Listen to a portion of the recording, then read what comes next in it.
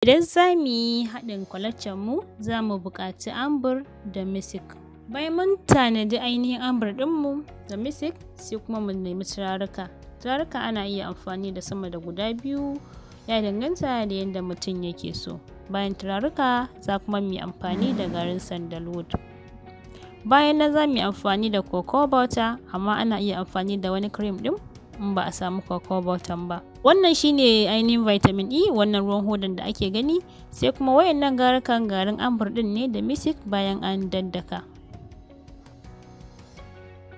Idan mun tashi za mu haɗa, za mu yi ainihin gutsire saman vitamin E ɗin, sai mu matse a cikin wannan mai ɗin. Sannan kuma sai mu juye garin ambur ɗinmu da misik ɗinmu a cikin wannan cocoa butter, sannan mu sa abin juyawa mu jujjuya. Yana da kyau idan za a yi ainihin wannan kwalakcha ɗin da yawa a samu kwantena wanda yake da girma a zuba a ciki kamar bokiti karami, sannan sai a ainihin amfani da mixer ɗin ya zama na an kunna shi yadda zai ainihin burga cream ɗin sosai ya haɗe jikinsa yadda ya kamata. Bayan an jujjuya an tabbatar ya haɗu, abu na gaba shine sai a ɗauko turarukan nan, sannan su ma sai a zuba. An zuba turaruka sai a ci gaba da juyawa.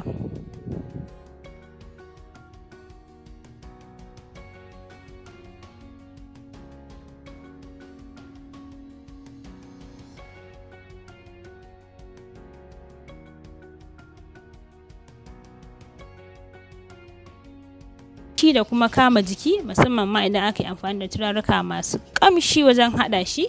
Sannan kuma yana da kyau a sani ga wanda basu sani ba, shi kwalakcha ba a shafa shi a fuska, ana shafawa ne kawai a jiki, saboda ainihin kanshinsa yana tashi ne kamar a matsayin turare, amma kuma mai dauke da man shafawa.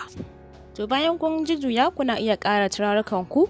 Za ku dinga ci gaba da zuba turarukan ku na ainihin juyawa, ya danganta da iyayen da kuke son kaurinsa ya tashi. Wasu suna son shi da ruwa-ruwa, wasu kuma suna son shi da kauri.